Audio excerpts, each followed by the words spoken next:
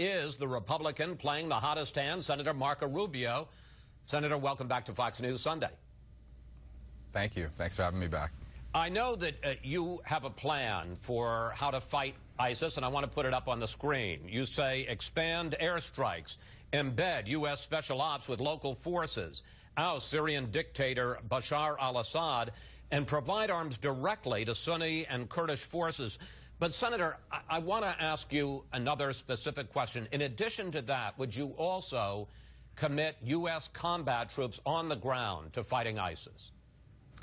Well, one of the graphs that's missing in that plan is we need to have a ground force that defeats ISIS, and it should be made up primarily of Arab Sunnis. That's the only way you're going to defeat them. They have to be defeated by Arab Sunnis themselves. So they're going to have to be the bulk of the ground force. There will have to be American operators embedded alongside them. Special operators are combat troops. This is not a return to Iraq. We're not talking about 100,000 people or 50,000 armed soldiers, but we are talking about a significant force of special operators and others with specific missions that will have to be embedded alongside that Sunni Arab coalition that this president and the United States must put together if we are to defeat ISIS on the ground. It's the only way to do it. They have to be defeated by a ground force.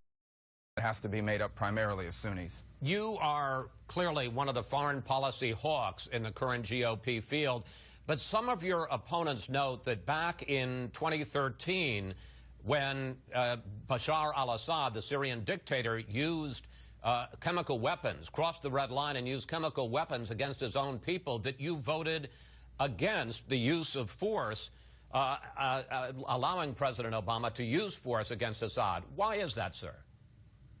Well, first of all, I don't support airstrikes against Assad now, and no one is calling for those now either. I thought, number one, it would be counterproductive, especially the way the president was describing what the strike should be. We shouldn't take symbolic military action or military action to send a message. You should only take military action if you have a very clear objective and you are providing the resources necessary to win. The second is, I offered an alternative to airstrikes at the time. I very clearly outlined what we should be doing instead. It included increased sanctions on institutions that were propping up Assad, but it also included a more robust effort to identify non-radical Sunni elements within Syria that we could empower to topple Assad, but also to ensure that no vacuums were being created for groups like ISIS and Jabhat al-Nusra and others to take hold.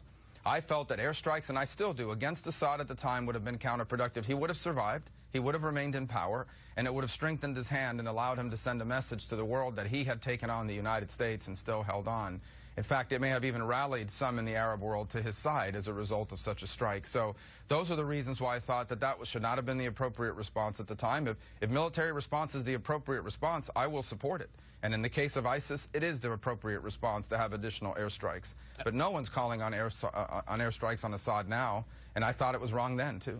But, of course, the specific issue there was that the president had set the red line, and a lot of people thought that it hurt U.S. credibility not to follow up on his promise and authorize the use of force. Here was your reasoning back in 2013, sir. I have never supported the use of military force, of U.S. military force in this conflict, and I still don't.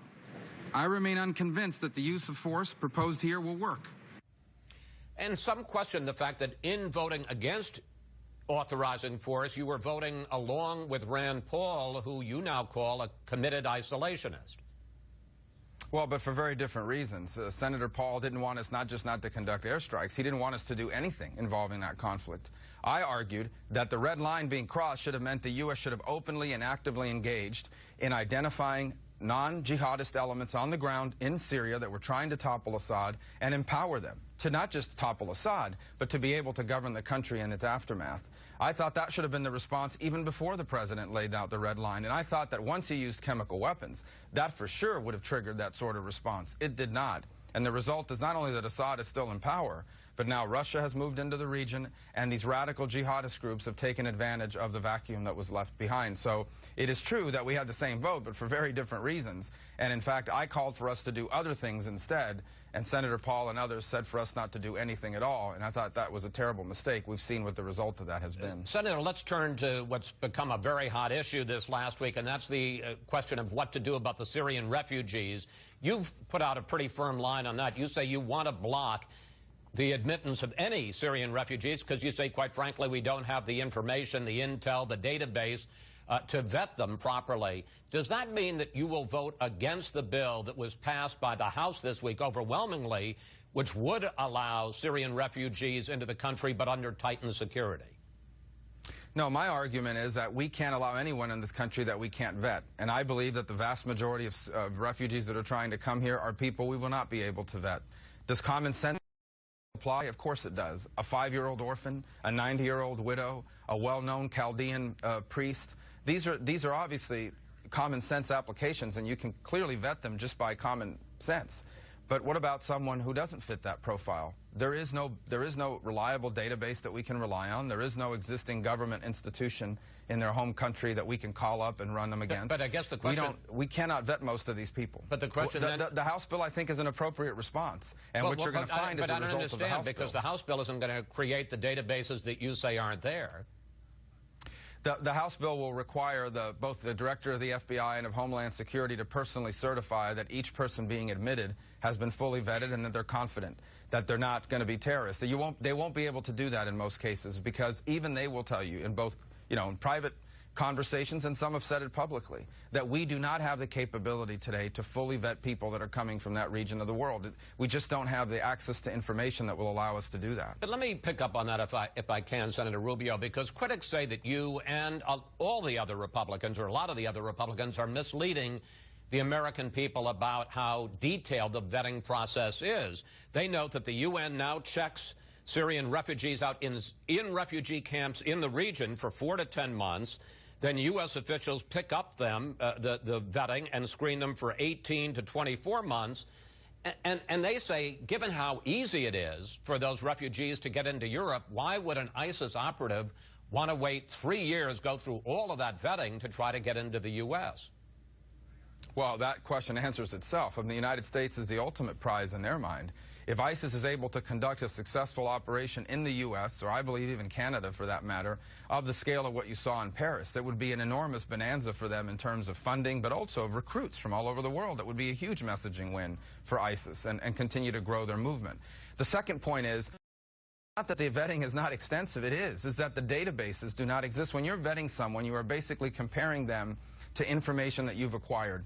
And in the case of people coming from that part of the world today, we do not have good information about that part of the world. We have even less information about people coming from Syria than we did with the Iraqi refugees after the aftermath of that war 5 or 10 years ago. And so it's not that the vetting isn't happening, is that the vetting does not have reliable data to which we can compare it against. Okay. And that's the problem. Let me switch subjects about something that I suspect you're going to want to talk about, which is your rising standing in the polls. As we pointed out in the latest Fox News national poll, you're now tied for 3rd place, and you've risen just this month. In Iowa, the Real Clear Politics average of recent polls here in Iowa has you 3rd at 12.8%. In New Hampshire, you're running 2nd to Donald Trump at 12.3%. And, Senator, you have a new ad out which focuses on the fight against ISIS. Here's a clip. These are radical terrorists who want to kill us because we let women drive, because we let girls go to school. I'm Marco Rubio. I approve this message because there can be no arrangement or negotiation. Either they win or we do. Senator, do you think that your foreign policy credentials are giving you a boost with voters as they focus more on choosing a commander-in-chief with all of these terror attacks? Well, on these polls, obviously, you want good news, not bad news, but we've never gotten too excited or too depressed about them. They're going to fluctuate between now and Election Day, especially in early states where voters wait until the last week, the last day oftentimes, to make their decision. As far as national security, let me just say I obviously am not happy about the events that happened last week in Paris, but I think it's a positive development that it suddenly has forced America to confront more carefully the issue of national security, because it is the most important thing and it will do, and it is the most important function of the federal government. And I hope that we focus on that more, not just for political advantage, but because the world has become a very dangerous place. It's not just radical jihad. It's the Chinese military buildup. It's Russian aggression. It's North Korea's dozens of nuclear warheads. It's Iran's desire to acquire a nuclear weapon capability. These are all very real risks, and we are eviscerating our military capabilities at a time when the world is growing more dangerous. Senator, so I'm glad we're focusing on national security, and I feel very confident in my position and in talking about those issues. Senator, we're running out of time. I want to ask you a couple of final quick political questions. You generally stay away from attacking your rivals, the other candidates in the GOP field, but you went after Ted Cruz this week for his vote to kill the telephone bulk data collection program, which actually will run out a week from today. What do you think that vote says about Ted Cruz? Well, it's not going after anyone personally. This is an important issue because we have a debate within our own party about what the proper role of government is in these intelligence programs. And there are members of the Republican Party, that includes Senator Cruz and Senator Paul, who have argued that somehow the federal government is out there spying on everybody and so we need to gut these programs. That isn't true. If someone in the federal government is caught spying on an American, they should be fired and prosecuted.